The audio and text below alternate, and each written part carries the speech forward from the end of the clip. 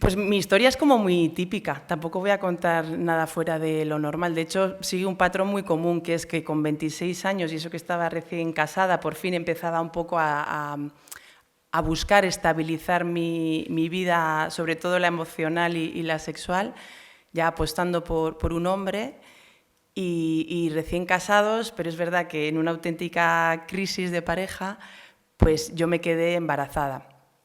Entonces yo lo viví como un marrón y no era solo por la crisis que estábamos atravesando, sino porque a mí desde pequeña se me había transmitido y de alguna forma pues lo había podido ver en la práctica que la madre está sola, que el hombre está ausente, que el hombre pasa de las criaturas. Entonces, claro, no solo es un marrón porque estás sola, sino porque también hay esa idea de que la maternidad es una condena a tu propio desarrollo. Y yo era pues súper ambiciosa, a mí me gustaba un montón viajar, con 26 años pues apenas había cotizado ni siquiera un año a la Seguridad Social, entonces teníamos ya la intención de venirnos a vivir a Madrid, porque bueno, yo había dado muchísimas vueltas por el mundo y bueno, y era como, pues lo de no entra en mis planes, no es el momento, lo típico de no es el momento. Y como te dicen que el aborto es una solución, pues dices, pues qué bien, y para mí representa un alivio, porque si el embarazo es un marrón y el aborto te lo quita y no hay nada más, pues dices, pues perfecto. Y bueno, y pues como os he dicho al principio, yo así lo viví de esa forma fría. Al año volví a quedarme embarazada, que también sigue un patrón muy común. Las que vamos acompañando este tipo de historias y esperanzas, sobre todo más, que acompañan más a embarazadas que yo, pues saben que al año normalmente las mujeres que abortamos volvemos a quedarnos embarazadas. Y hay una forma inconsciente, porque es que es inconsciente en mi caso y en muchos, de querer buscar recuperar esa vida.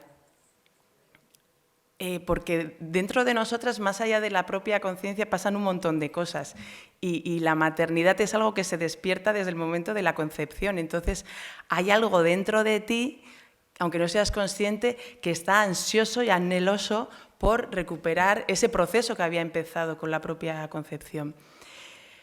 Yo, sin embargo, lo volví a vivir como un marrón, porque si bien es verdad que ya estaba en Madrid y la cosa no estaba tan grave, pero bueno, yo tenía todavía en mis planes otras muchas cosas a conseguir antes de esa idea de ser madre. Y yo tenía también esa idea de que una es madre cuando pare, no cuando se queda embarazada. Entonces, como yo no había parido, todavía era de que no es mi momento de ser madre.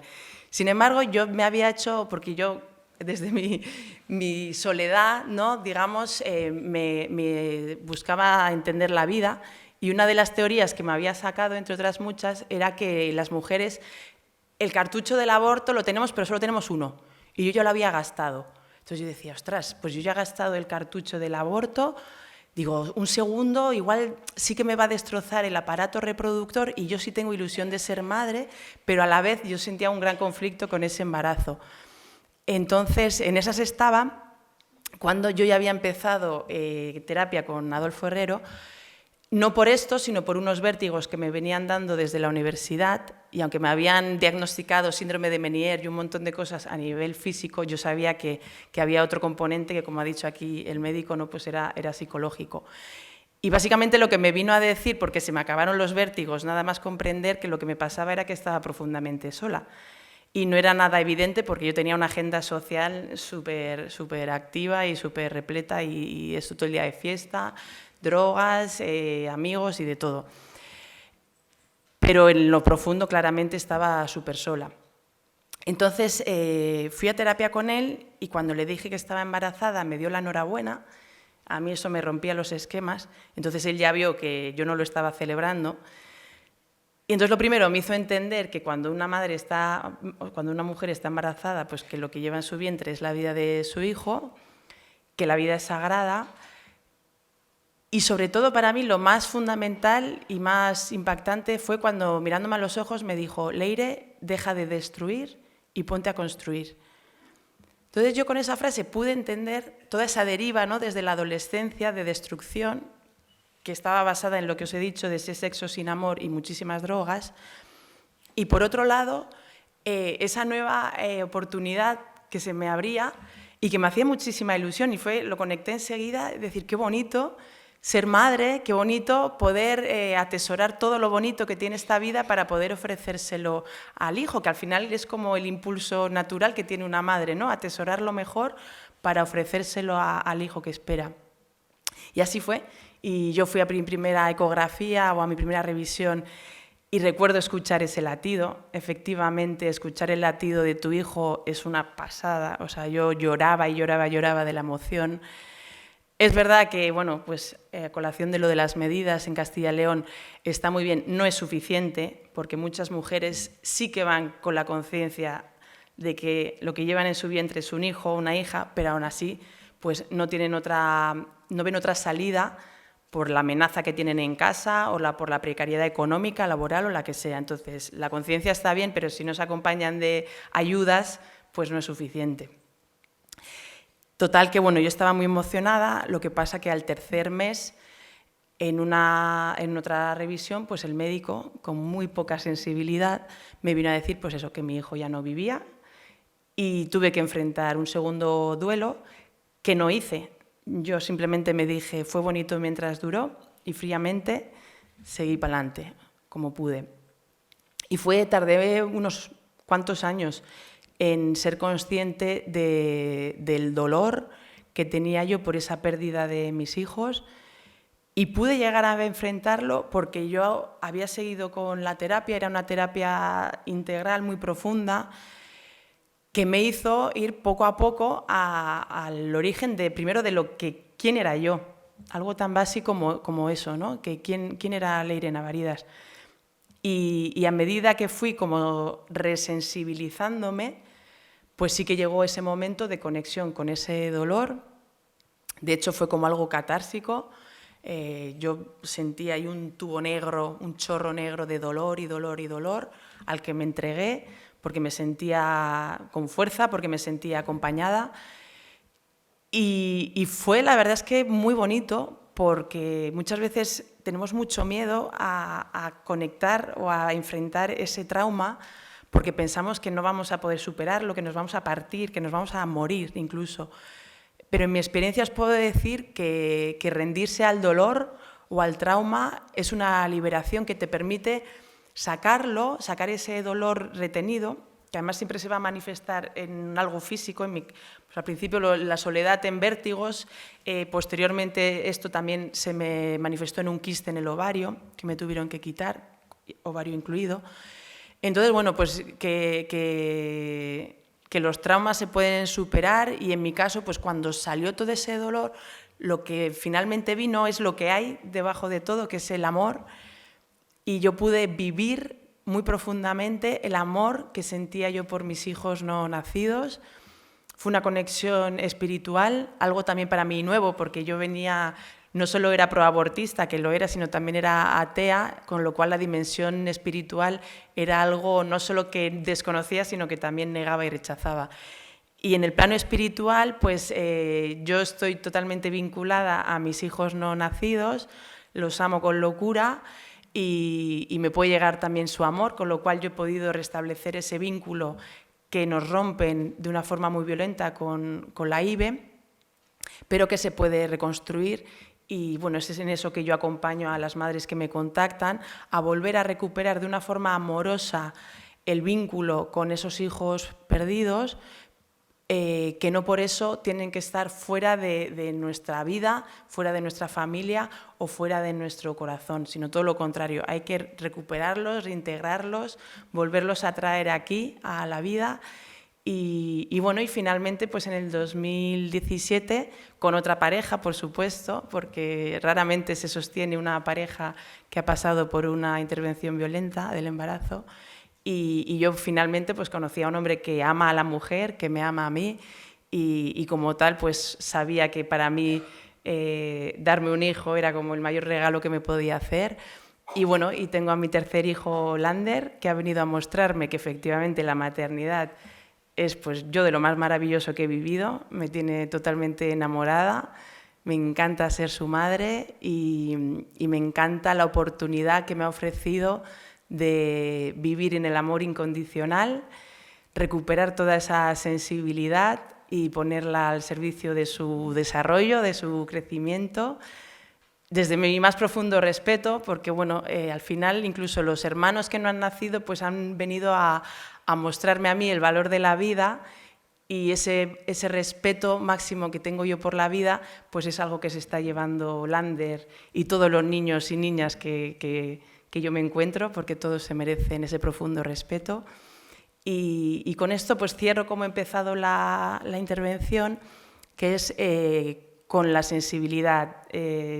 Animo a todos y todas a respetar profundamente la sensibilidad de cualquier ser humano o ser vivo, y si protegemos y defendemos y respetamos la sensibilidad de los niños y niñas, estamos creando unas generaciones de niños que no van a aceptar, no van a ver justificable algo como una intervención violenta del embarazo. Su sensibilidad se va a ver tan violentada que no lo van a poder justificar de ninguna forma.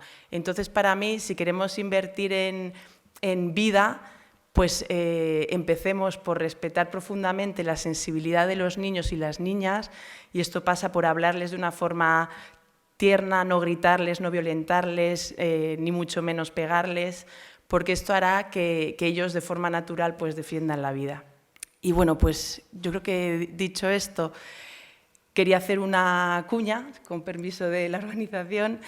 Estoy emprendiendo unos proyectos que están dirigidos a visibilizar ya no solo mi propio testimonio, sino el de otras muchas mujeres, porque hace falta que las mujeres que hemos pasado por una intervención violenta del embarazo hablemos, para que ese mensaje de que abortar es inocuo o de que abortar es feminista, pues se vea comprometido, se vea desmontado, y que puedan ver cuál es la realidad de la mujer que pasa por ahí, cuál es ese profundo dolor. Y bueno, pues como yo llevo ya varios años acompañando a este tipo de mujeres, pues las estoy animando, aunque sea a cara oculta, a ofrecer su testimonio, a visibilizar, para lo cual pues necesito mucha colaboración, con lo cual quien tenga bien colaborar, sobre todo ahora mismo en un principio necesitamos apoyo económico para toda la que es la parte de producción, pues que me pueda contactar de forma privada. Os animo a seguir el proyecto, se llama Un aborto después.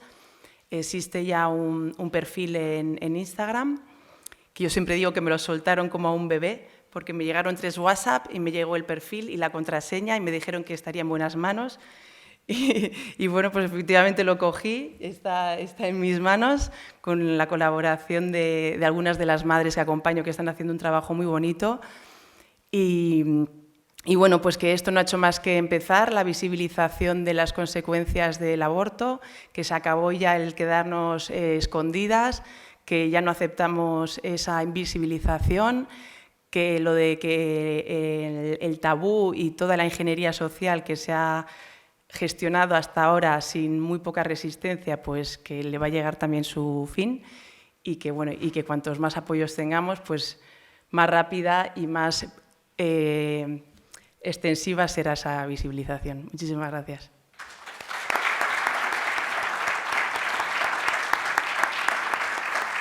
Bueno, merecía la pena escuchar esa parte también, ¿verdad? ¿Que sí?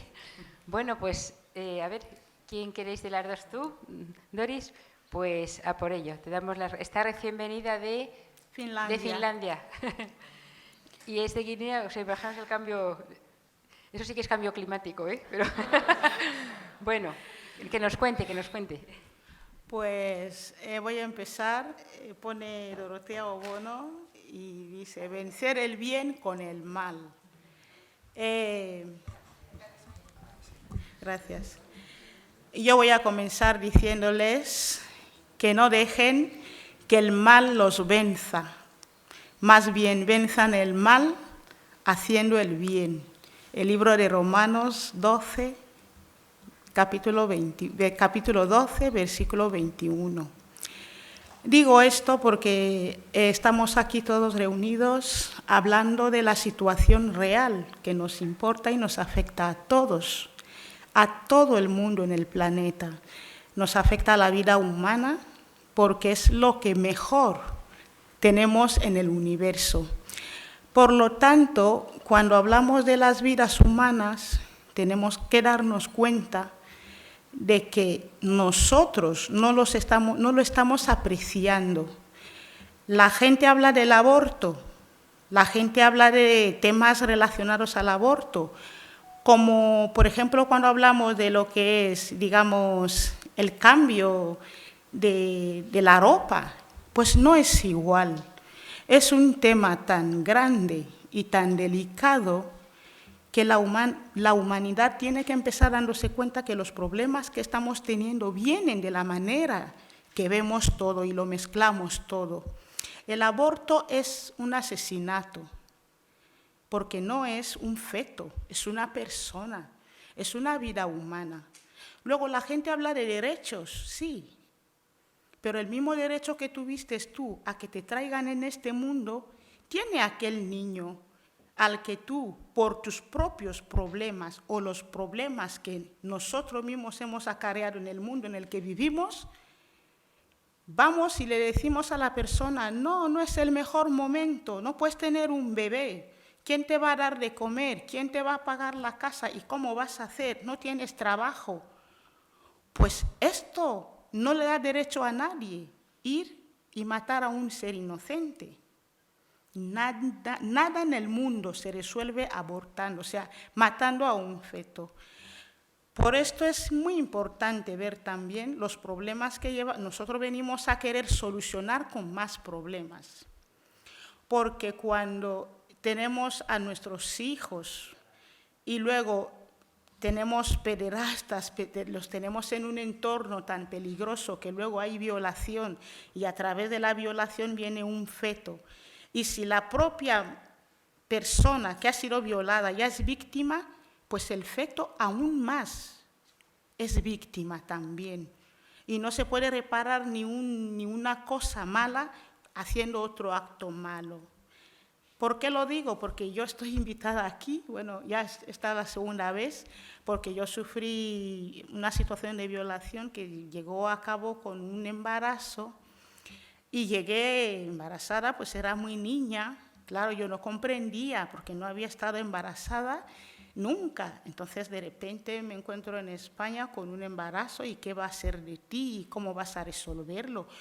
Todo lo que me rodeaba me hacía ver que era un problema gordo el que yo tenía, pero no lo era. El problema gordo es la solución que me dieron después, porque en ningún momento la maternidad puede ser nada malo. La maternidad te prepara para luchar para tu vida. La maternidad te da fuerza para seguir adelante, porque cuando miras a tu hijo y lo amas tanto, tienes fuerza para luchar, tienes fuerza para vencer.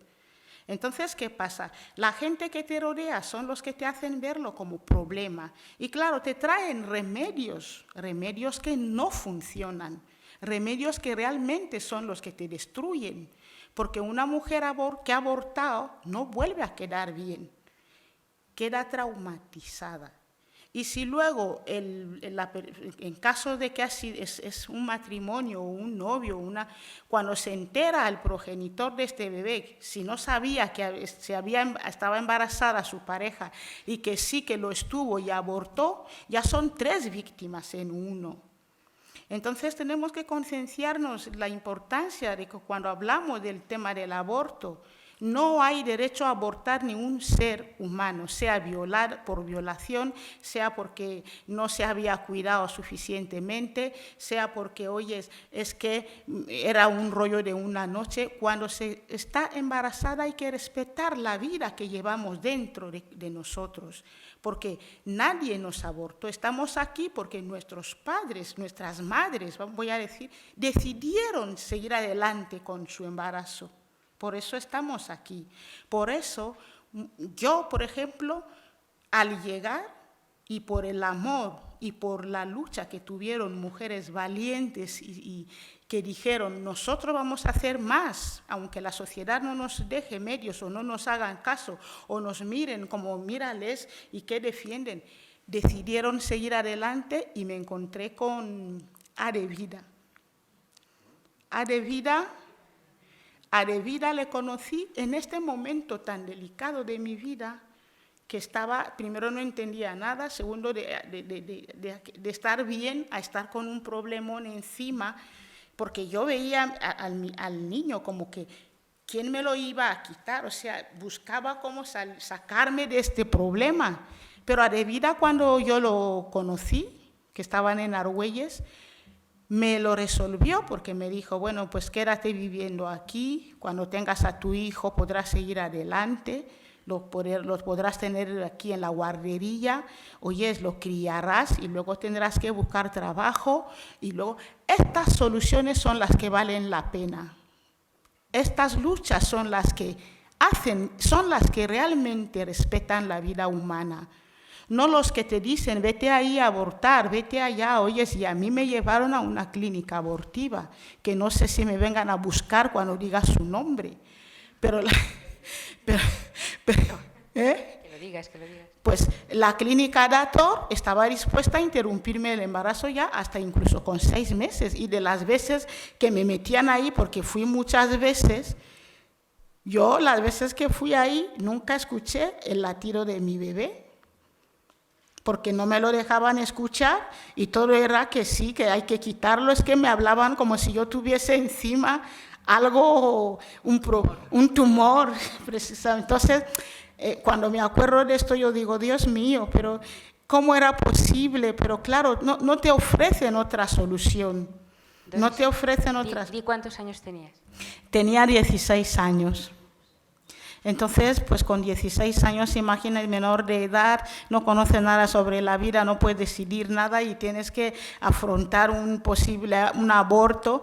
Y claro, y menos mal que a pesar de todo, yo creo que, yo soy creyente, yo creo que al final Dios no permitió que se metieran en mi vida, pero aún así me destruyeron, porque a través de querer quitar al bebé con todas las fuerzas de llegar a no desearlo, ya después en el 7º mes naturalmente empecé a querer al niño, empecé a amarlo dentro de mí, porque cuando yo ya me encontraba en Aluche, donde tenía de vida su casa, este sitio donde me habían ofrecido, entonces vi todo muy claro, digo, oye, voy a tener un bebé, qué bonito.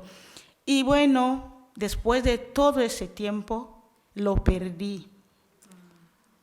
Pero di a luz, lo perdí porque llegué tarde al hospital. Llegué tarde y porque claro, yo no entendía el dolor, porque yo siempre esperaba un dolor más trágico. Y yo decía, no es el momento. Duele, pero no creo que sea el dolor de parir, porque es algo bestial. Voy a esperar un poco y todo este tiempo pues ya había que ir. Y en este momento, como era un sitio que estábamos muchas adolescentes también con embarazadas o con bebés, pues estaba todo el mundo fuera y yo no tenía nadie, porque me quedaba sola, porque no estaba yendo no trabajaba ni nada. Entonces, cuando llego al hospital, había perdido al bebé. Dolió tanto, me dolió, estuve traumatizada muchísimo tiempo, porque la culpabilidad, yo decía, se ha ido porque le he odiado tanto, he querido sacarle tanto, que al final ha dicho, pues quédate. Y esto me traumatizó mucho tiempo, me tuvo mucho tiempo sin sueño, tenía pesadillas. Luego en el hospital, cuando lo tuve, estaba resuelta a ir a verlo para despedirme de ello y tal, pero no me dejaron, porque me acuerdo que me dijo una enfermera, eres muy pequeña, tendrás más hijos, no vayas a verlo, que te vas a traumatizar y tal. Pues no fue solución. Yo me hubiera querido despedirme, porque el trauma siguió después, hasta tanto que yo pensaba, estuve mucho tiempo resuelta de que me lo habían robado. Por eso no me lo dejaban ver. Y todo esto son consecuencias de las malas cosas que circulan, de los malos conceptos, de toda manipulación que tiene la humanidad. Porque claro, si te has quedado embarazada, pues mira, aleluya, va a venir un ser tuyo, va a venir una persona humana. Y en el contexto espiritual, todo lo que está detrás de estos movimientos que las mujeres piensan que es darles derecho, darles libertad, darles que puedan decidir, esto es engañoso. Satanás es el que está detrás de todo esto, porque la multiplicación de los seres humanos en ningún momento espiritualmente le ha interesado al diablo. Nosotros las personas buscamos dónde está el mal, dónde está el demonio. El mal vive con nosotros. El mal son las clínicas abortivas. Los que los promulgan, las leyes que están, la gente que está detrás de las leyes que hacen fácil el aborto, son el enemigo. ¿Por qué? Porque son los que están impidiendo que haya más vidas humanas. Son los que ven que es fácil quitar una vida humana. Entonces, ¿qué pasa? Destruyen a las mujeres, destruyen a los seres y luego se quejan del que el mundo esté tan mal. Luego no se entiende qué realmente estamos haciendo. Entonces yo le diría, por eso me puse, digo yo, si estas mujeres estaban ahí con esta organización, que gracias a ellas tuve esta fuerza y tal, pues me voy a dedicar a lo mismo. Y tengo una asociación Provida. Ahora mismo viajé a Nigeria, en el estado de Calabar, y hice un taller de costura, porque yo pienso que las mujeres también muchas abortan o muchas se dejan llevar por la desesperación, por no tener nada, ni cómo, ni dónde empezar. Entonces hemos puesto un taller de costura para que aprendan un oficio y puedan sacar adelante a sus hijos. Luego también en Guinea, muchas veces a través de gente de buena voluntad que me dan ropas y todo esto, pues envío, porque tengo también una especie de pequeña guardería para que no aborten, porque cuando les dices, oyes, no abortes, esto es un engaño, no es solución, es más problema a tu vida, más daño a lo que ya tienes, más dolor al dolor, y te dice, ¿y qué voy a hacer? Me van a echar de casa. Entonces, pues yo le digo, ven a quedarte aquí, pero es que ya son más de 40 ahí metidas.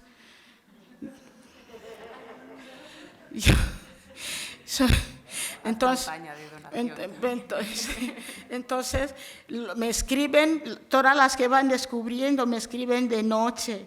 Yo ya soy psicóloga sin haber estudiado psicología. Yo soy evangelista ya, porque es tanto que suplico, por favor, hazme caso. Mira, voy a pedir, no te preocupes, mañana mismo voy a escribir a mis compañeras para ver, vamos a ayudarte, no te preocupes, pero no vayas a este chino, no tomes nada, y así vivo yo, y ando buscando forma, porque es, como me dice mi niña, mamá, pero tú vas a ir a Nigeria, dicen que ahí comen personas. Y yo la digo, ¿conoces un sitio donde no coman personas? Los comen de 1000 maneras, mi niña. Entonces, pues en este rol estoy, porque me inspiraron mujeres de verdad grandes.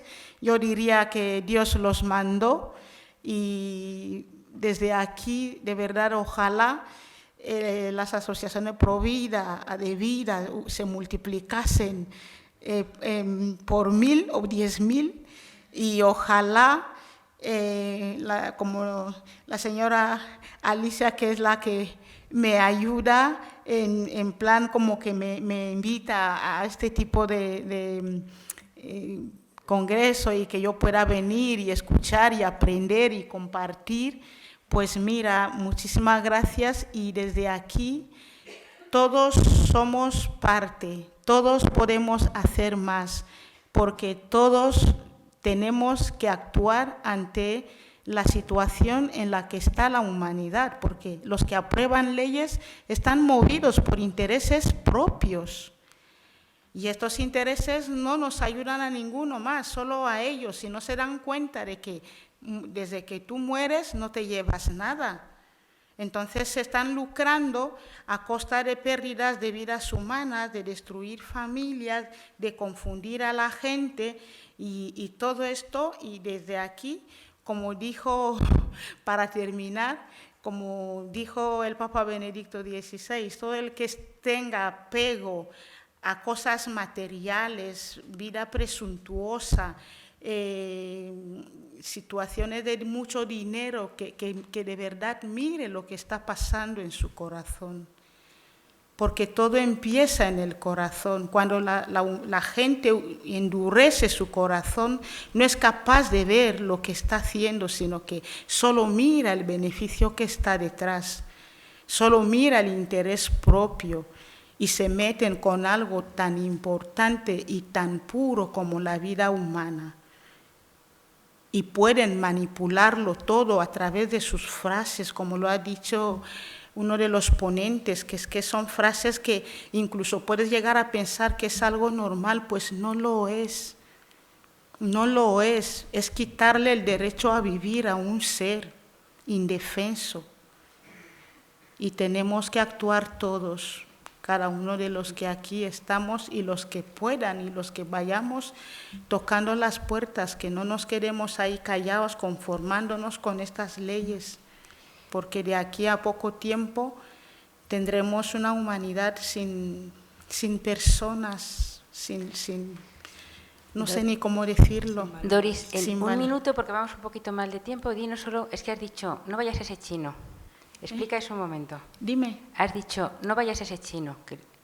Sí, porque normalmente también decirlo, pues las clínicas abortivas que están especializados, vale, se las conoce, pero luego también están los chapuceros, que están ahí, por ejemplo, en lo que es en África o en mi país, están también practicando de cualquier forma. Oye, si estás embarazada, pues mira, vamos a ir detrás y chucu, chucu, chucu, y luego, ¿qué pasa? Que te quitan un hijo mal quitado y luego incluso te dejan sin poder concebir más. Que son soluciones que las jóvenes, porque se esconden, porque primero no quieren contar que están embarazadas y van, y la amiga los lleva a un chino o a cualquier abortista que esté, o se toma cualquier remedio, y esto incluso le deja sin la posibilidad de concebir en el futuro. A eso me refería. Vale. Bueno, pues gracias y...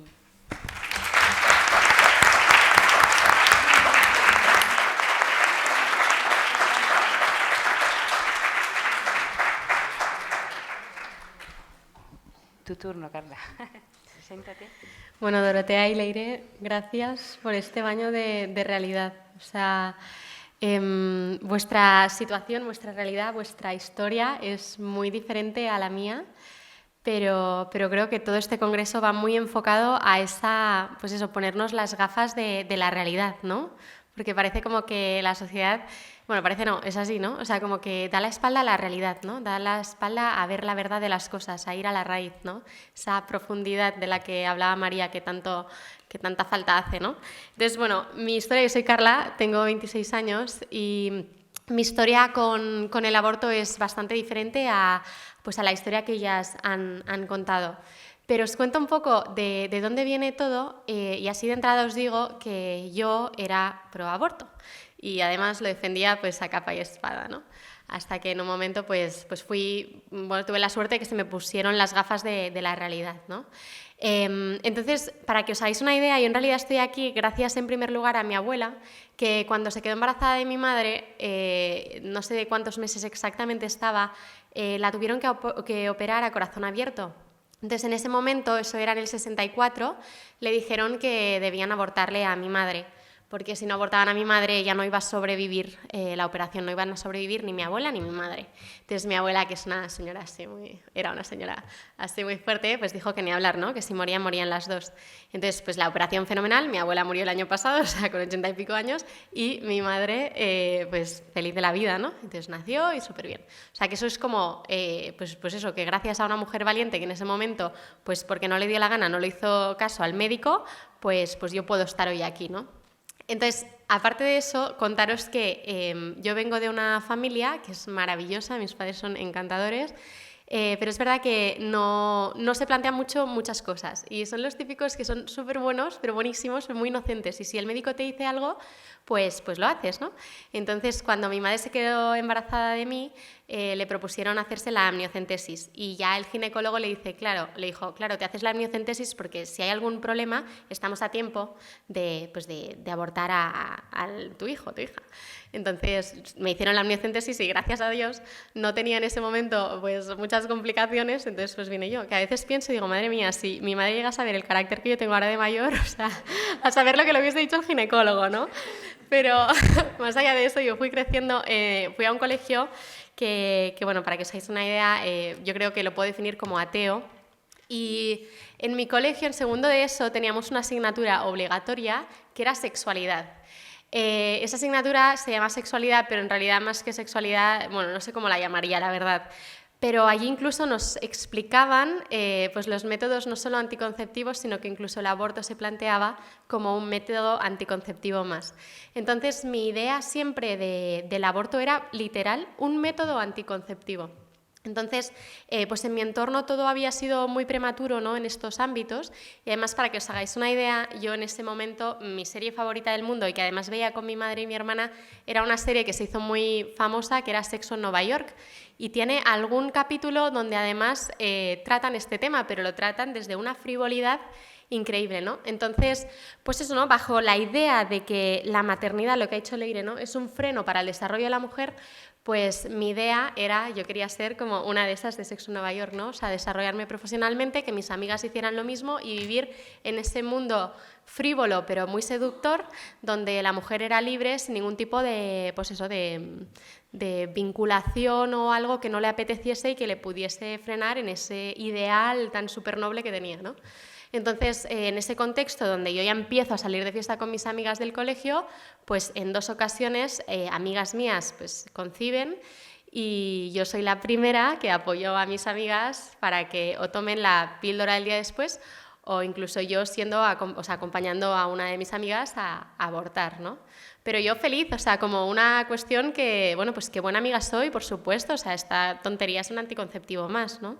Entonces, claro, al final, por eso hablo de la realidad y me parece que este es el congreso de la realidad, porque es que esto no se conoce y no se sabe y me da muchísima pena que muchísima gente que en realidad está de cara a la pared y no tiene ni idea, no sea consciente de la verdad que hay detrás de todo esto, ¿no? Ya no solo de los efectos secundarios que hay pues, para la mujer, como lo que es la realidad, ¿no? Y me venía a la cabeza, no sé si habéis visto una película que se llama The Giver, el dador de recuerdos.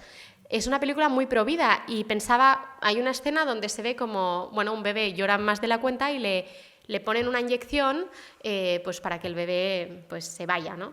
Y es de una forma tan banal, o sea, tan banalizada, que es que la propia persona que le pone la inyección al bebé, que es demasiado pesado porque llora un montón, pues es que no se da cuenta, no se está dando cuenta. Entonces, como decía Hannah Arendt, uno de los problemas de nuestro mundo y del mal en la sociedad actual, y ella ya lo decía cuando el holocausto de los nazis, es que banalizamos el mal, que lo hacemos ordinario, que lo vivimos como algo que en realidad no tiene tanta importancia, ¿no? Y Hannah Arendt, precisamente, cuando habla del holocausto, y hablo del holocausto y creo que es importante hablar del holocausto cuando hablamos del aborto, porque creo que son 2 realidades que tienen bastantes similitudes, ¿no? Y ella decía, ella no entendía cómo podía ser que el gran Eichmann, ¿no?, que era el gran, el que hizo toda la logística de los campos de concentración, él enviaba bueno, pues eso, tenía como su trabajo, que era muy logístico, de, pues el tren este va a este tal sitio, luego entra en esta sala, le das a un botón o le das a no sé dónde, entra gas y ya está, logística perfecta. Entonces, este hombre que aparentemente nos imaginaríamos todos como un demonio, después resultaba que era un esposo maravilloso, un padre maravilloso, un amigo maravilloso, un vecino maravilloso, y Hannah Arendt no entendía cómo podía ser que Eichmann y tantos y tantos y tantos otros que habían participado en el Holocausto fueran tan brillantes en muchísimos ámbitos de su vida, pero luego fueran capaces de hacer esa barbaridad, ¿no? Entonces, lo que acaba concluyendo Hannah Arendt es que esas personas habían banalizado el mal porque no se habían parado a pensar. Y creo que uno de los grandes temas del aborto es precisamente el no pararse a pensar. Y digo del aborto, pero de todo lo que es, o sea, lo que engloba la vida, ¿no? Al final, provida no es solo aborto, es la dignidad de la persona desde su concepción hasta su muerte natural, ¿no? O sea, y es realmente eso lo que sucede con el aborto. Yo lo hablo con mis amigos, con un montón de personas, y claro, cuando tú les enseñas imágenes o les haces pensar más allá, pasan dos cosas. Una, o se escandalizan y tienen la humildad de decir, ostras, yo me cambio de bando porque esto es tremendo, o no me cuentes más, qué horror, yo no quiero saber eso, prefiero no saber eso. Eso es como cuando es el viernes de Cuaresma y te dicen que es viernes de Cuaresma y dices, me cachis, yo que iba feliz a comerme un trozo de carne, era más feliz cuando no lo sabía, ¿no? Pues parecido, ¿no? O sea, cosas así. Entonces es tremendo porque al final es que vivimos muy alejados de la realidad.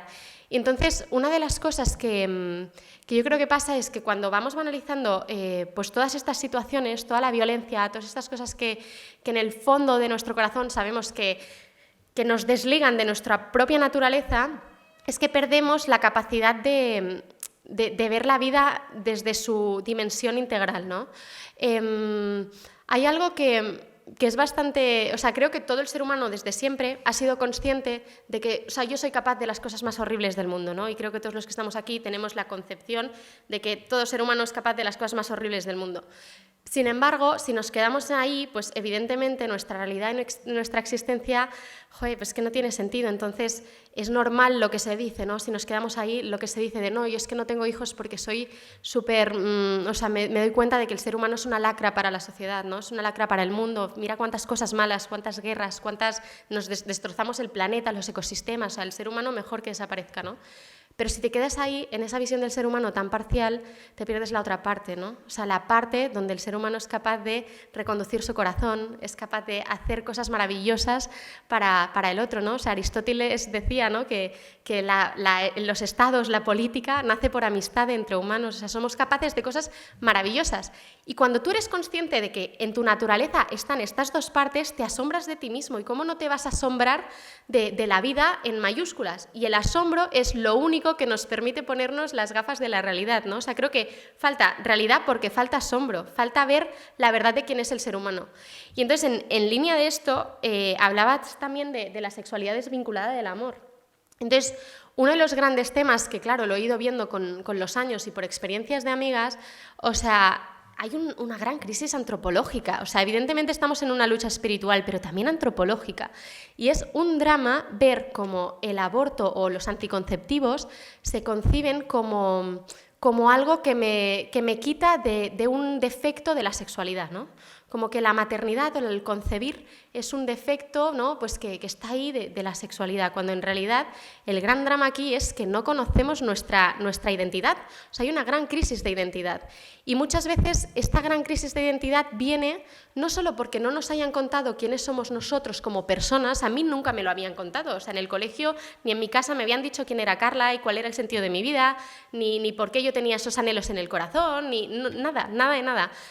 Pero esta gran crisis está también, va mucho de la mano, pues eso, ¿no?, de que no me han contado quién soy, no he descubierto quién soy, porque nadie me ha dicho verdaderamente por qué estoy hecha de este modo, pero luego, por otro lado, las heridas nublan completamente la vista. Yo cuando veo a Irene Montero, por poner un nombre propio, me da pena, pero pena de verdad decir, ¿qué le habrá pasado a esta mujer con su vida para que tenga estas ideas tan macabras? Y el problema es que nos legislan personas que están muy heridas y que las personas que, o sea, heridas y ciegas, ¿no?, pero que va muy de la mano, porque cuando ves una peli de miedo lo que haces es te tapas los ojos porque no quieres sufrir, es un mecanismo de autoprotección.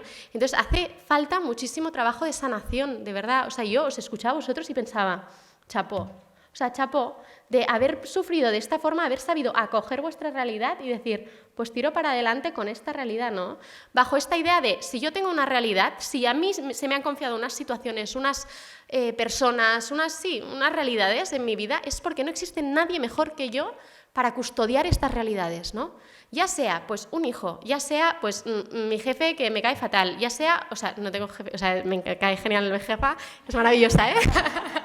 No, pero no, o sea, que al final hay como una desvinculación del ser humano con su propia realidad y eso, pues, hace que el ser humano no tenga identidad y que vayamos como barcos a la deriva. Entonces, lo que sucede muchas veces con las mujeres es, imaginaos el contexto, una niña como yo, que su serie favorita era Sexo en Nueva York porque tampoco veía mucho más, era lo que ofrecían en televisión y lo que parecía así entretenido, que sus amigas ven exactamente lo mismo, que además sus padres, aunque sean maravillosos, están desvinculados de cualquier tipo de idea que les ayude o que ayude a sus hijos a profundizar, a interiorizar, a comprender al otro, ¿no? O sea, pues al final acabas siendo una persona que no mira a los ojos a los demás.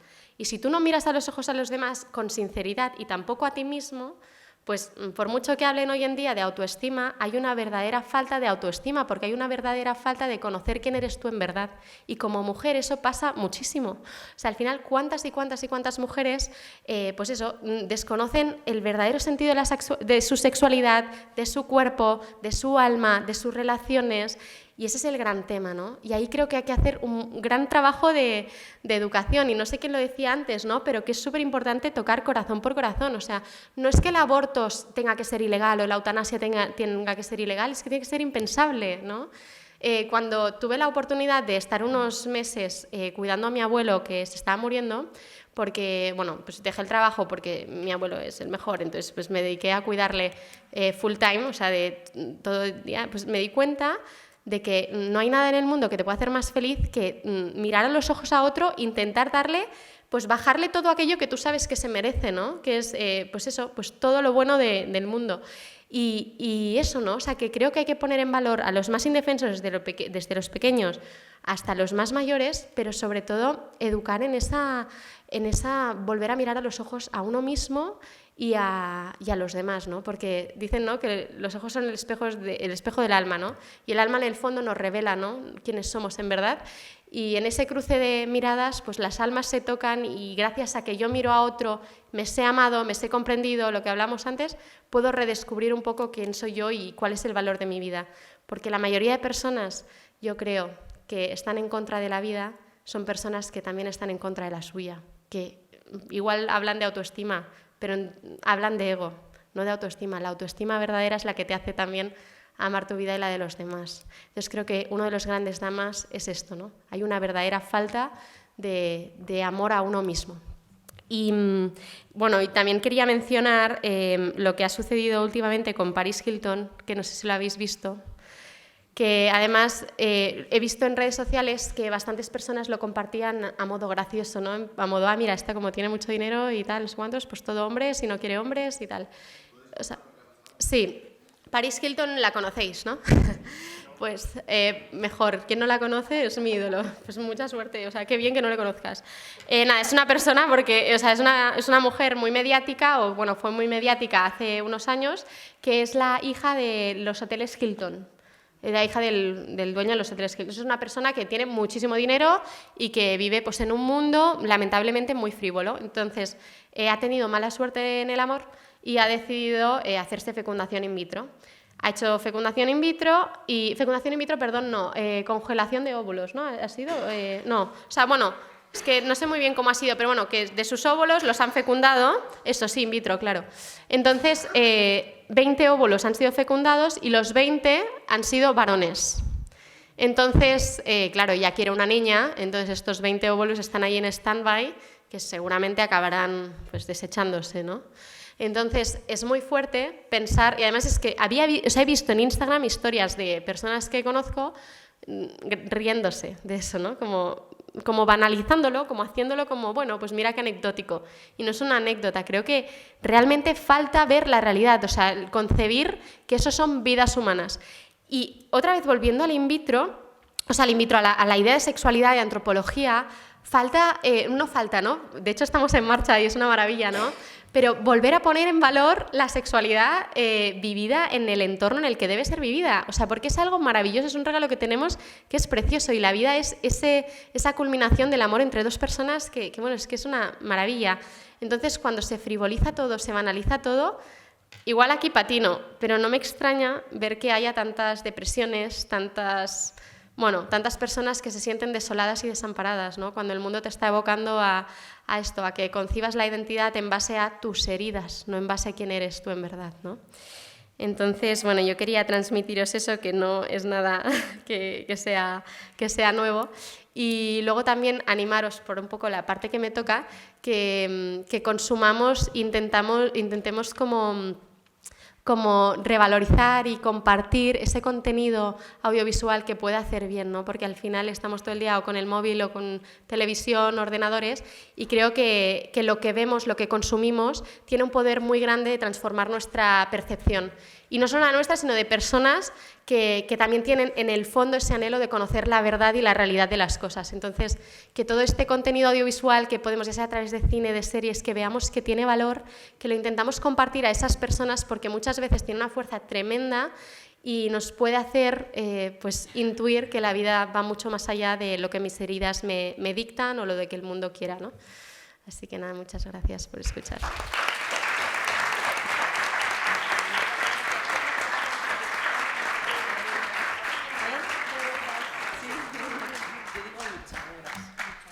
Bueno,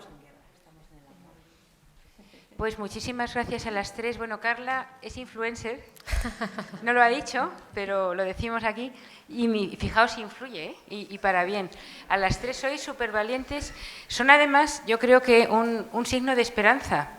También me ha gustado mucho una cosa que ha dicho Leire, de qué manera, la sensibilidad también, de qué manera nos dirigimos a los demás, porque muchas veces si hemos tenido la suerte de conocer la cultura de la vida, de saber lo malo que es el aborto, o no hemos pasado por él y tal, no podemos ir atizando. Quiero decir la verdad con firmeza, pero tratar con muchísimo cariño y respeto a la otra persona. Y eso también hace abrir el corazón, y eso es importante. Además, oyes hablar a una persona y enseguida sabes si está en contacto real con los problemas o cuando es una crítica feroz, destructiva. Sí, por supuesto, muy firmes, diciendo lo que está mal, ahí no puede haber ni una fisura en eso, claro que sí, pero con las personas muchísima comprensión, que no es justificar el mal, y también pues eso, alegrarnos por personas que han pensado de una manera y ahora piensan de otra, porque a un provida no le es nadie indiferente, ni siquiera el abortista. Has hablado con muchísimo cariño de Irene Montero, ¿no? Cariño en el sentido de sí, decir, pobre mujer, es verdad, pobres abortistas que están dedicando su vida a destruir a los otros. Eso no quiere decir el buenismo de ahí todo el mundo es bueno, que no, o sea, que tenemos que ser buenos, pero no lo somos. Bueno, y nada, de verdad muchísimas gracias. Y yo creo que han estado los títulos, Doris, del mal, de toda esa experiencia, que era muy jovencita cuando la violaron allí en su tierra, vino, y más cosas que no ha contado de cómo tienen allí a las mujeres, lo que les está ayudando, porque hay una promiscuidad, no promiscuidad, sino poligamia, que las mujeres no pintan nada, las llevan a abortar obligatoriamente, tantas cosas que el año pasado es que nos contó una parte, os animo a verlo, y sacar de todo ese mal, bien, no ser personas adustas y decir, pues yo la he pasado muy mal, pues ahora voy a hacer la vida imposible, voy a ser una amargada, y os animo, de verdad estáis haciendo un bien inmenso. Os doy las gracias a las tres de corazón, porque están haciendo tanto bien ahora, las tres, cada uno en su campo, pues que bendito sea Dios. Dice una cosita, Carla. Sí, perdón, que me olvidé decir una cosa que el otro día me dijeron que era una retrógrada por defender la vida y estar en contra del aborto. Y entonces lo estuve pensando y dije, no hay nada más retrógrado que abortar, ¿no? Porque es precisamente parar la vida. O sea, cada vida que nace es una vida nueva, es una